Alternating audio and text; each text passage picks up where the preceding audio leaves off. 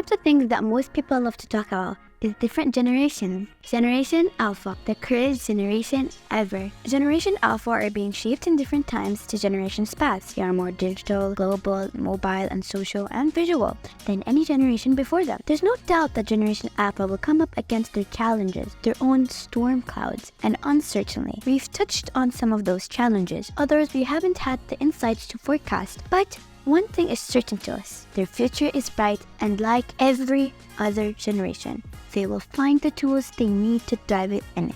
The future of Generation Alpha is exciting, full of creativity, innovation, and opportunities. They're not only following the positive examples set by older generations, but they are also empowered to take action, stand up for what they believe in, and pave a new way forward. And it's here that we want to leave you with a great future for Generation Alpha, with the thrill of the new, the thrill of hope. If you are looking for tips on how to deal with Generation Alpha, or worried about their screen time, or their future, their habits, this episode is dedicated to parents, teachers, educators, marketers, entrepreneurs, and community members who want to connect with this generation and unlock their full potential. Then, this episode is made for you. My guest is someone who truly understands and supports the Alpha mindset. Mr. Mark is award-winning social researcher, best-selling author, TEDx speaker, and the founder of McCrindle Research. The influencer thought leader Mark McCrindle.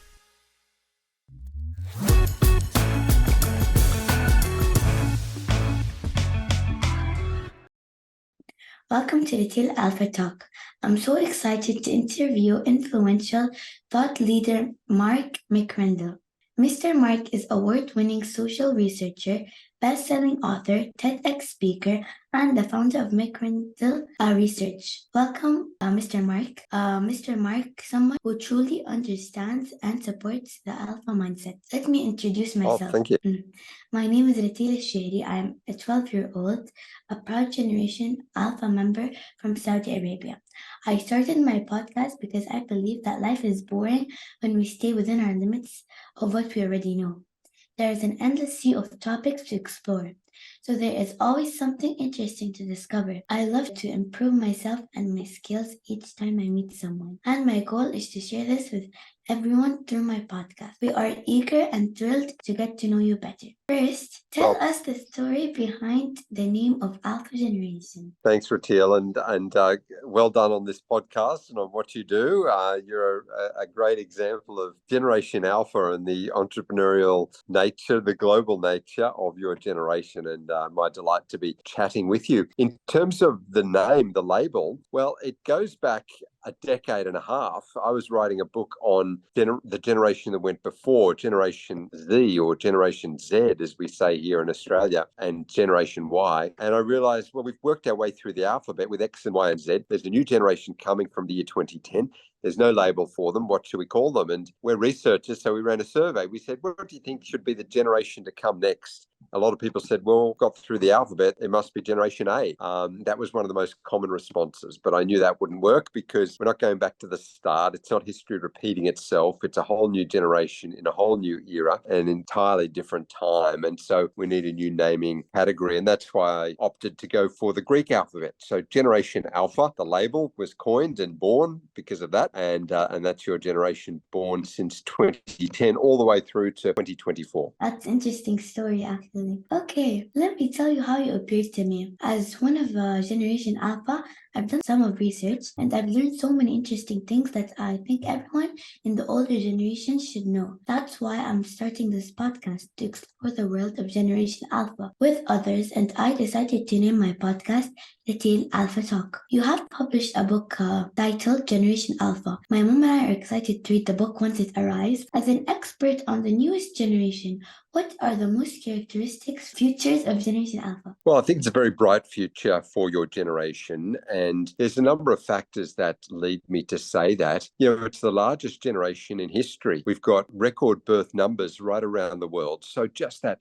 size of the generation will have impacts. Secondly, it's the most formally educated generation in history. Your generation is not only starting school earlier, and a lot of students now are beginning even before the age of 5 or 6, starting at 3 or 4 years of age in terms of early learning, but more likely to finish school and go on to tertiary studies than we've ever seen before. And not only, therefore, are the largest generation, the most formally educated, but the most globally connected generation ever. Now, here we are. I'm in Australia, you're in Saudi Arabia, and we're talking across the globe. And what an amazing opportunity that is for your generation to connect with your peers right around the world. And I think that understanding, that empathy, that connection that you will have, which didn't exist as much in the past, will be great. Also, the most technologically supplied generation ever. And again, we're connecting through technology. You've started a podcast. It's just a great example of a generation growing up digital, using the tools of the 21st century to bring about change. And so if you look at that, this global, digital, mobile, social, visual generation with formal education, record numbers, and I think therefore record influence into the future, I think it's a very bright future for your generation. That's a good answer. I understand that now. I always hate it when people ask me what you want to be when you grow up. This question actually does more harm than good. It makes me feel pressured to choose a specific career path and to stick to it, even though the world of work is changing constantly and there are jobs that don't even exist yet. Why do I need to choose a job right now? Instead, people should ask me what my interests and passions are and what my vision for the future is. Is it weird to feel this way, or is it just us? I think that's a great attitude that you bring, because, even adults are changing careers. Even a university graduate is not sure what they want to do because, as you said, the careers are changing so quickly. The world is changing so quickly. I think we need to be adaptable and flexible. Our research shows that the average school leaver today will have 18 separate jobs in their lifetime. They'll have 6 separate careers. They'll be lifelong learners, plugging in and out of education. They'll have more upskilling and retraining in their life than we've ever seen before. So rather than life being education, then employment, then retirement, it's going to be a lot more change and flux than ever. And therefore, the skills your generation will need are skills to be able to not just learn, but learn how to learn, to be adaptive, innovative, entrepreneurial, to respond to change, deal with uncertainty, and to future-proof careers by remaining upskilled. That's what you're going to need. So, I like your response to people. It's not about what job are you going to have, but it's about what are your interests and passions and how are you going to make a difference. Yeah, people said that we need to choose one path and career to be specialized in. Do you think this approach would also work for Generation Alpha? Yeah, well, again, there's going to be more careers, more industries, and also, as you said, there's going to be jobs in the future that don't yet exist. Many school leavers now are working in jobs that didn't exist when they began their education. Jobs like robotics technician or data visualization or perhaps AI technician, social media marketer, influencer, new fields, new jobs, new technologies. So, I think it's about developing a broad base of skills, keeping up the learning, enjoying and developing that passion for an area so that you want to remain relevant in it, and particularly developing communication skills, leadership skills, life skills, character formation, and entrepreneurial skills. That is what is going to be timeless and what can be transferred across different eras. If all we do is get specialized expertise in a particular field, we may not be able to carry that with us across our second, third, or fourth career. So, developing those broader skills and the life and people skills is going to be key for the future. Okay, for me, my curiosity definitely drives me to learn and know something about everything around me. Speaking of curiosity, many of us are curious and proactive, which can sometimes lead to trouble, because some adults think we're nosy. So how can we make the people around us understand that we're just eager to absorb, not trying to be nosy?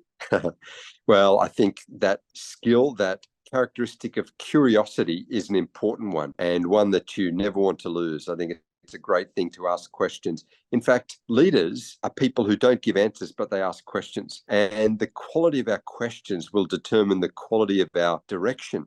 So I think keep asking questions, refining those questions. And also it's finding out areas of discovery. It's digging deep into areas of interest so that we can explore and become experts in that particular field of endeavor.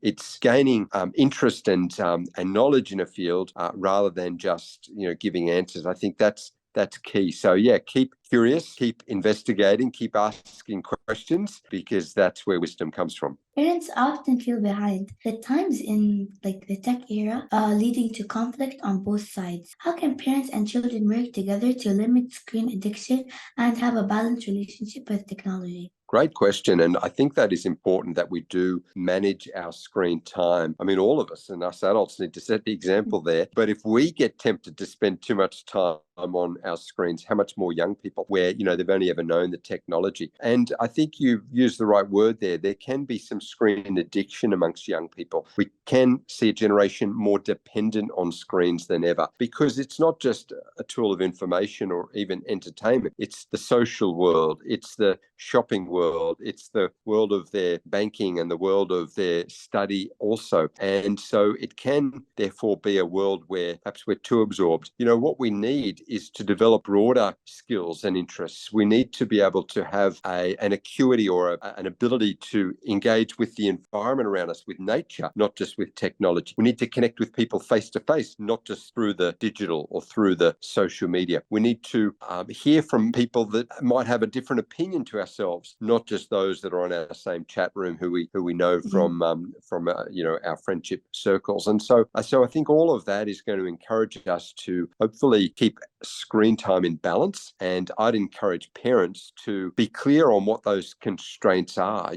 Have screens not just as an automatic go-to, but maybe as a reward. Set some time limits around our children's use of screens so that they can be enriched by developing broader interests, interactions, hobbies, sports, and activities. I agree. So, does Generation Alpha differ globally? For example, is Generation Alpha in Australia different from Generation Alpha in Saudi Arabia or anywhere else? Yes, there's definitely those differences.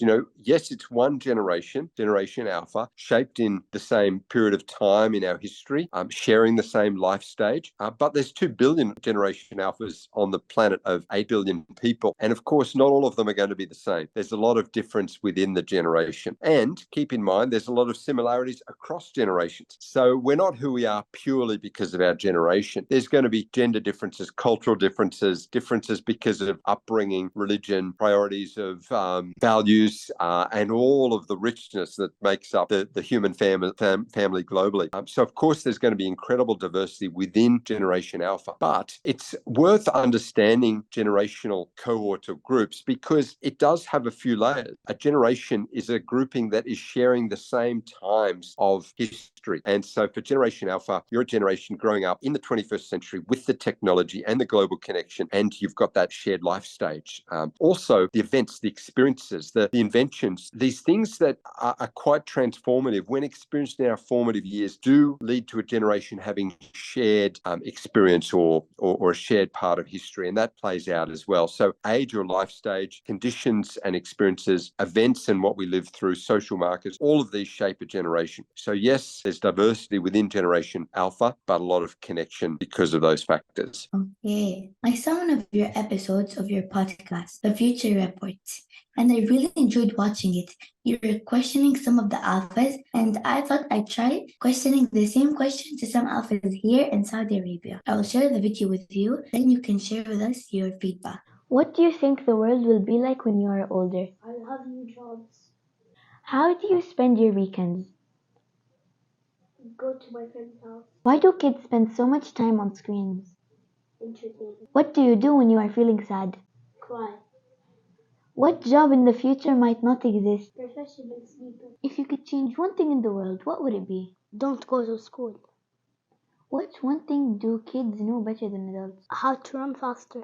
What do you think the world will be like when you are older? New jobs. There will be new systems, new rules in other countries. How do you spend your weekends? I play in my PlayStation. I spend time with my friends Why do kids spend so much time on screens? because it's entertaining. What do you do when you are feeling sad? I just lay down on the couch and dream. What job in the future might not exist? Taxi driving because maybe the car will drive by itself. If you could change one thing in the world, what would it be?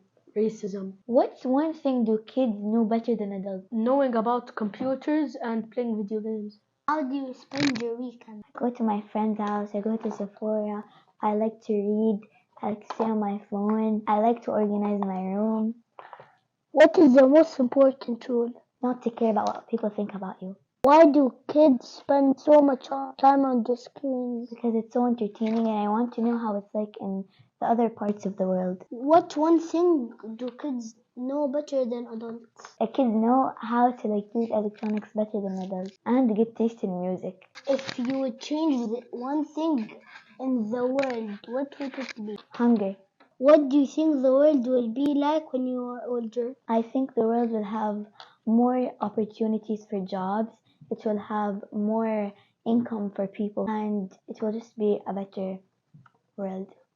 Okay, so that's the video. Very So tell us good. your feedback. Yeah, well, fantastic. I love the fact that, children have a big vision of the future, and they are the ones often that can see, because of the technology of today, where it might take us tomorrow. I loved some of those responses there about driverless cars and about the fact that, we're more connected than we've ever been. Yeah. This idea that, maybe even through technology, it's a generation that might be able to end world hunger. As that young girl was saying at the end, there's this opportunity to find out what's happening in other parts of the world, to share that experience of life across cultures more than we've ever had before. So yeah, great responses for a generation that really understands this new technology and certainly has a big future ahead of them. Yeah, I read that Generation Alpha will live longer and work later for the reason that they need high skills for their careers. Does this mean that we will stay in school longer than previous generations? Probably. We are seeing right around the world the number of years spent in education is growing. But it's not only that people are finishing school and then going off to further study post-school, but that it's a generation that is continuing education even once they start their career. Maybe after working a few years, they'll pick up an extra course. Maybe they'll do some study on the job, or maybe they'll get what we call micro-credentials,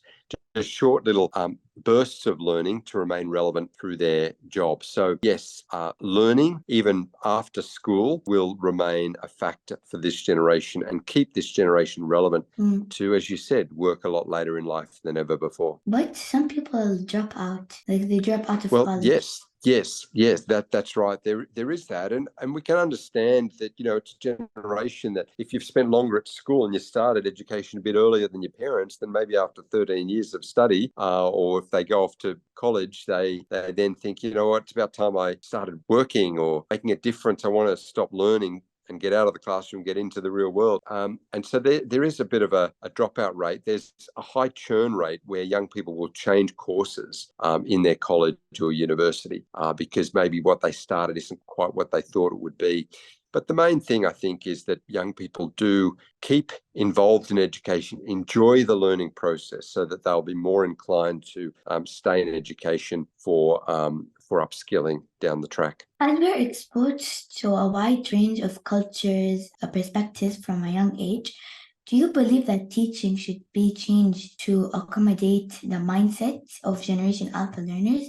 And can you give some specific examples of how teaching can be changed? Yeah, teaching definitely should adapt, because what worked for the millennials may not speak the language of Generation Alpha. What was effective in the 1990s might not work in the 21st century.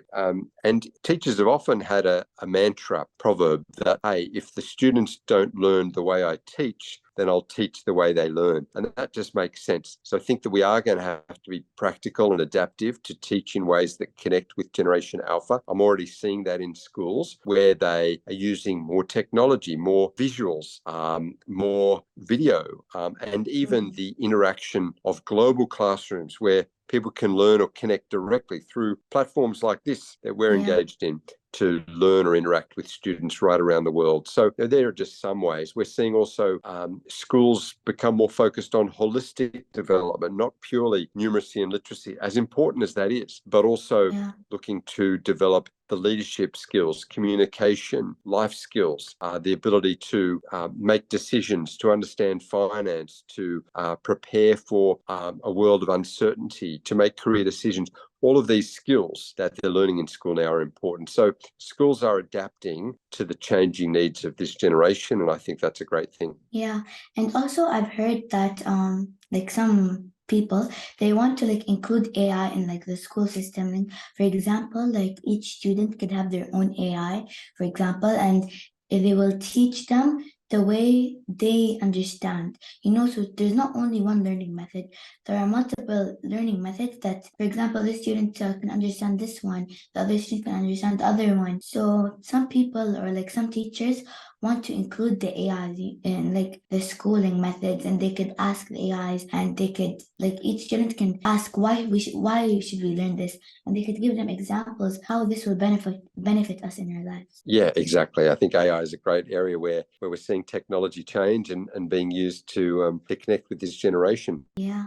And importantly, I think that we don't want to just let students write their assignments through AI or write essays through AI, but use AI to, in the right way, and maybe even develop skills where they can look at content AI has developed and then assess that from a human lens. We've got to use technology as a tool to assist learning rather than take over the learning, and then suddenly, humans end up serving the technology. So it's keeping the technology in its right place, and AI can add a lot of value when it's done that way. Yeah.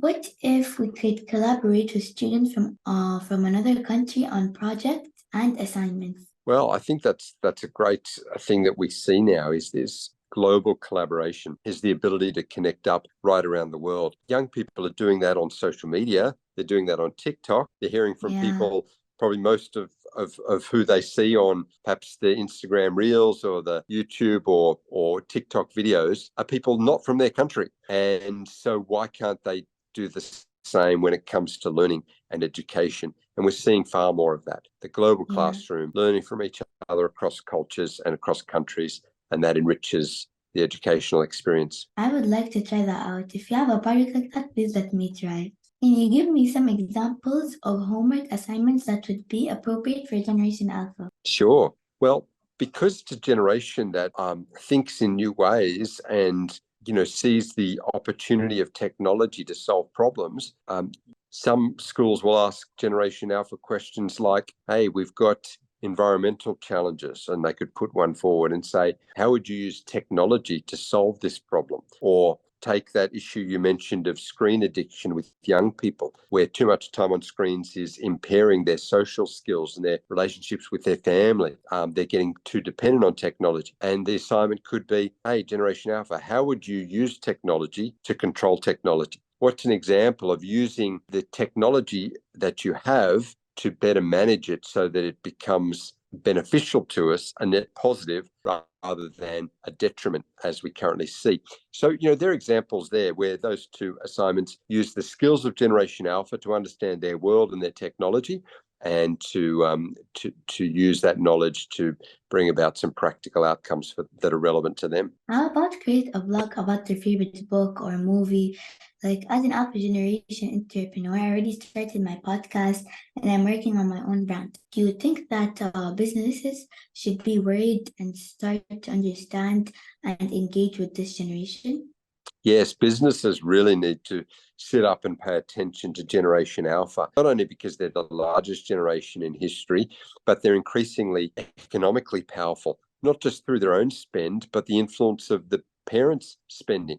And within a decade, Generation Alpha will be in the workforce. And in fact, there'll be almost 1 in 10 workers earning money. Every organization, every brand, every product is just one generation away from extinction. Now, that's just self-evident. If we can't connect with the next generation, then what we're offering, what we're doing will be pushed to the margins. But I think such is the size and the scale of Generation Alpha that urgency is even more prominent. And so even now we need to, I think, for any business or organization, understand Generation Alpha, engage with Generation Alpha, give them a seat at the table, as it were, so they can help us as we ensure that our products, services, or offering is relevant for this fast emerging generation. How can Alpha entrepreneurs use their unique thinking to succeed and beat the competition? I think the great thing about Generation Alpha is they're not just thinking about others as competition, but how to make a contribution. The global connection, the learning from others, the ability to see what others are going through right around the world, and indeed bridge gaps across the generations and across the cultures is a great strength of Generation Alpha.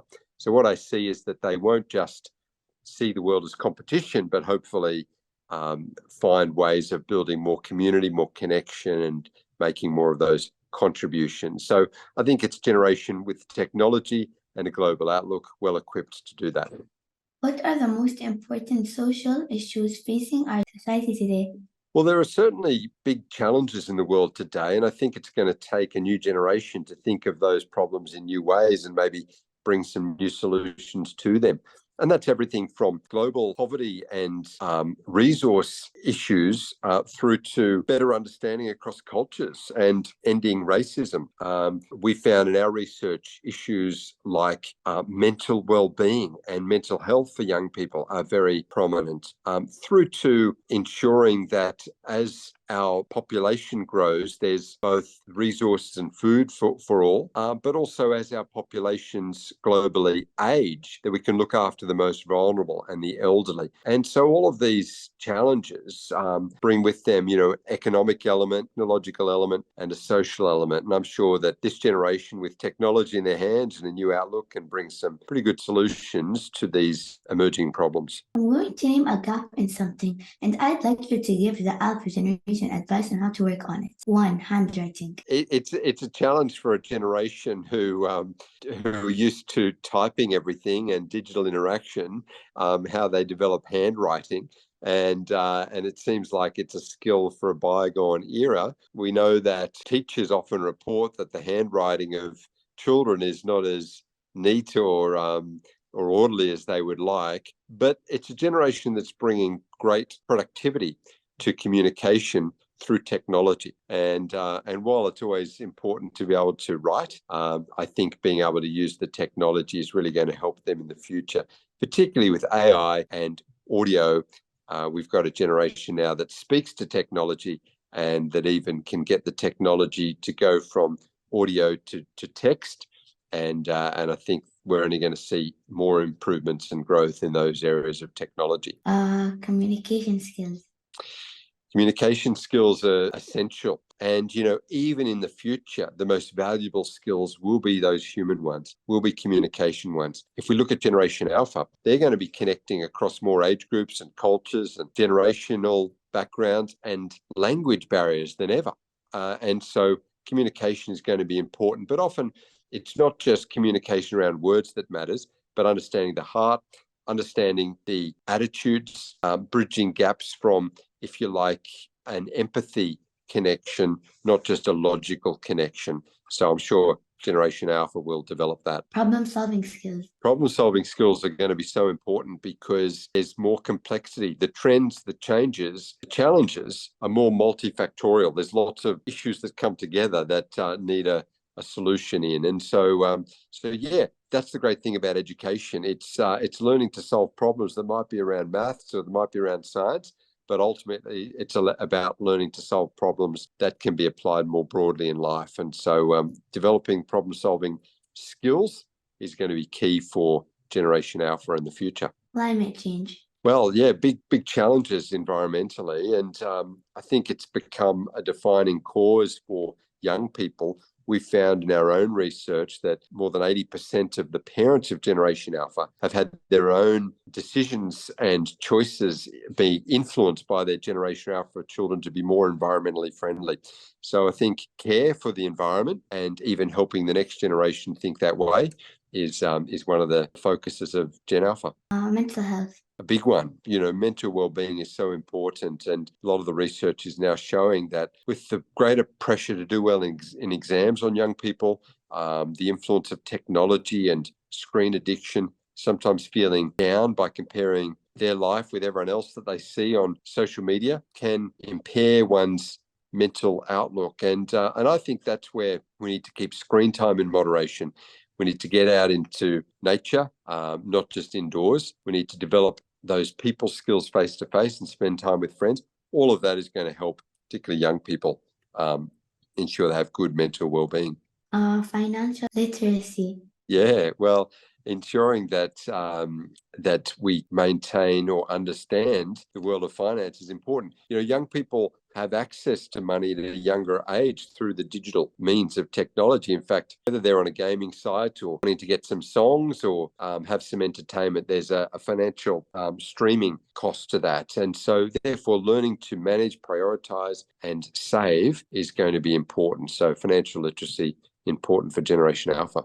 Okay. Healthy diet. Healthy diet, yeah, that's important as well. You know, we've got young people that spend a longer amount of time sedentary. And so the challenge there is that they'll end up perhaps not being as active as they could be because of screens, and then consuming when they're on those screens rather than thinking about what they're eating. So, you know, all of that creates a challenge. So healthy eating and healthy activity is important for this generation. Okay, so now I have a survey. I did a small survey to parents and educators. These are the questions. One question was, how often are you aware of the characteristic features of the alpha generation from 0 to 10? The second question was, what is your biggest fear as a parent educator of an alpha generation? I'm going to share the results. Right. First, I share my screen. Okay.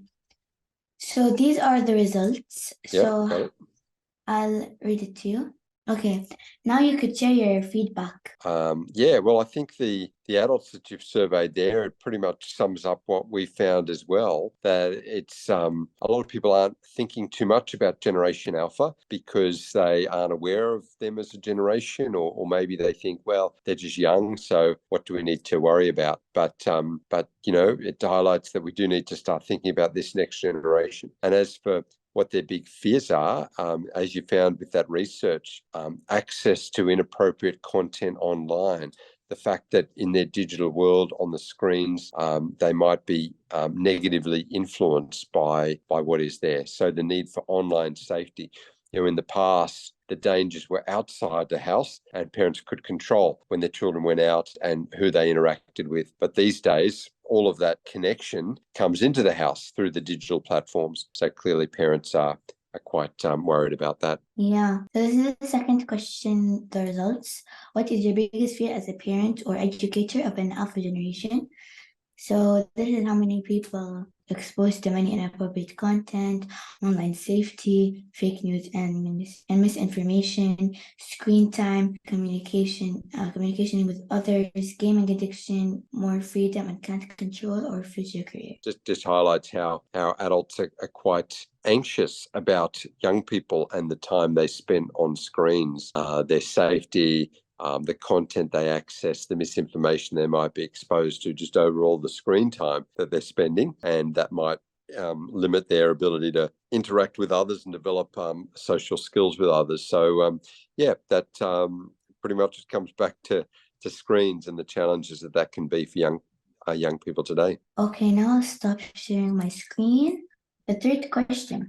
Would like to know about alpha generation. So these are like some questions like they ask. Yep. How do they view parents' care?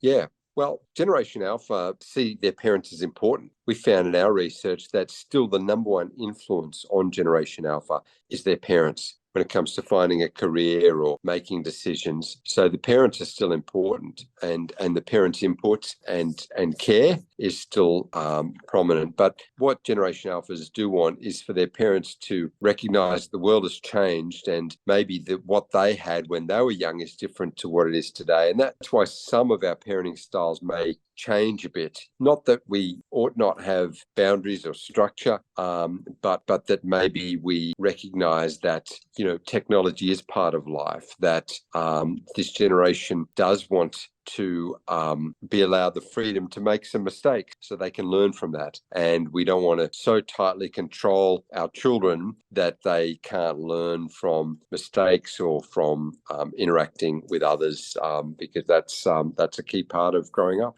Okay, what are the key triggers that deeply inspire the alpha gen? Yeah, the key people and figures. Well, we've seen a shift from people that influence used to be for previous generations, maybe big movie stars, pop stars, global celebrities. These days, they're influencers. They're people on social media, and they may not be just the one mega name. Sometimes we find that young people in one culture or even one area or interest group know about a particular online influencer that others have never heard of, and so it's become more fragmented. It's definitely an influence spectrum that is more diversified, and so it's often the people they find online, sometimes even their own age, that become the big influencers, not global superstars. Okay, how to educate kids to become more intellectuals rather than taken by trends? Well, I think it is important that children have a good education, and that when they're exposed to other information like TikTok influencers, that they learn that maybe not everything they hear is true, and that not every recommendation is a genuine one, because some people might be paid to advertise or recommend a product. So, yeah, I think that if this generation is educated and is given good guidance by their parents, they're more likely to make good choices in the future. Yeah. What is their perspective on the other generations? Well, we're blessed to have 6 generations in society, not just one. And while the Gen Alphas are the youngest at the moment, they won't always be, because there'll soon be a generation Beta and a generation Gamma and Delta. There's going to be more generations to come, just as there are more generations that went before. And I think the great thing these days is that the older generations are trying to work harder to understand the younger generations and bridge those gaps. And the best thing young people can do is try to understand their parents and grandparents' generations, so that we can bridge those generation gaps from both sides. Okay, I agree. How can we as a society support this generation curiosity without exposing them to inappropriate things? The best thing that we can do as adults, teachers, and parents for Generation Alpha is to equip them with values and their own decision-making abilities, so that they can work out what's right and what's not. Because we can't forever be hovering over our children's shoulders, telling them what to look at and what not to look at, or what website they can go to or what they can't. But if we equip them with a sense of, here are our values, here's what we believe in, here's what we support, here's what is good for us, and this is why these things aren't, then they will be able to make their own decisions with that framework. That'll be better for them. The whole purpose of parenting is to move children from that point of dependency when they're young infants to the point of independence when they're adults. And it's a gradual process. And So sometimes parents can, exactly. And the children need to have more independence as time goes on. And if we overly control them for too long, they can rebel. Or if we give them too much freedom early on, they can be exposed to bad things or not be protected as much. So it's the art of getting that right. That's the situation that parents need to get. Yeah, that's a good question. Well, I think that building friendships begins with us thinking about others, not just ourselves, and trying to meet the needs of others, not just have our own needs met. If we can, in other words, build that empathy, build that understanding, add value to others, contribute, give rather than take, we're more likely to have friends. Who doesn't want to be around someone who is listening to them, caring for them, and interested in them? And too often we think about friends as those who do I want to be friends with? Who's like me? And also, not only be with them in the good times, you have to also be with them in the bad times, and not just ghost them and just leave. That's exactly right. So I think they're all the tips of friendship that they're important to keep in mind. And they're things that we know even from a young age. Listen to others, not just talk. Spend more time helping others than having our issues answered. That would be some good tips to keep in mind in building friendships. My last question is for all my guests. They said, live today the way you want to be remembered tomorrow.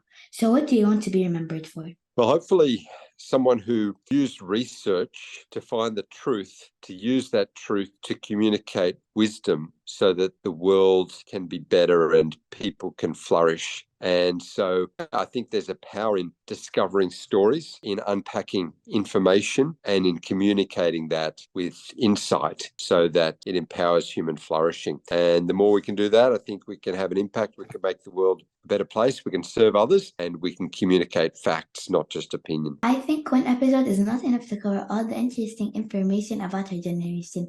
Our conversation today has been full of interesting things that many people want to know more about.